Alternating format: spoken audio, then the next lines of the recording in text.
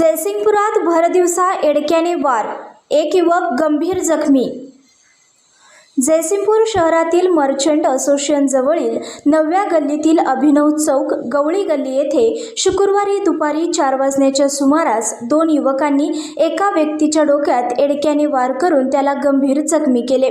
घटनास्थळावरून मिळालेल्या माहितीनुसार नेहमी वर्दळीने गजबजलेल्या अभिनव चौकात प्रदीप नारायण तलवार याला 2 युवकांनी गाठले।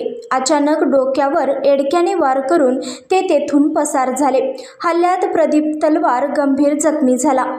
जखमीला तातडीने जयसिंगपूर येथील प्राथमिक आरोग्य केंद्रात उपचारासाठी दाखल करण्यात आले, मात्र पुढील उपचारासाठी त्याला सांगली येथील सिव्हिल हॉस्पिटलमध्ये पाठवण्यात आले।